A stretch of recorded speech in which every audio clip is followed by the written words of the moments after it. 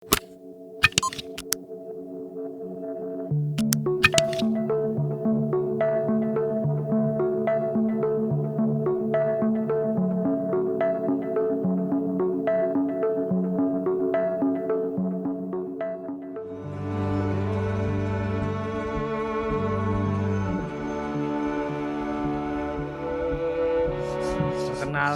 nama saya Mas Joko Widodo, asal dari Blandu, Klaten.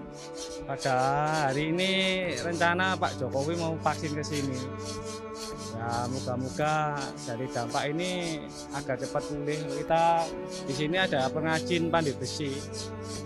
Harapan saya supaya PPKM ini segera berakhir, karena kita produksi itu bisa, tapi kalau dijual di pasar itu tidak bisa. Jadi kita cuma bisa produksi, kalau modal habis ya udah.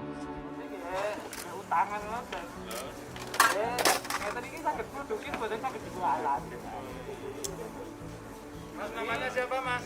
Belum? Namanya jenengan sinten? Joko Widodo, Pak.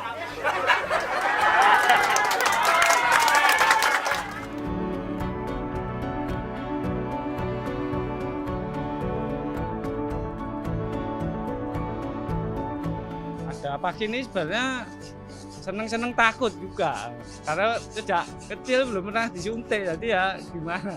Tapi karena himbauan dari pemerintah ya udah gini aja supaya pandemi cepat selesai.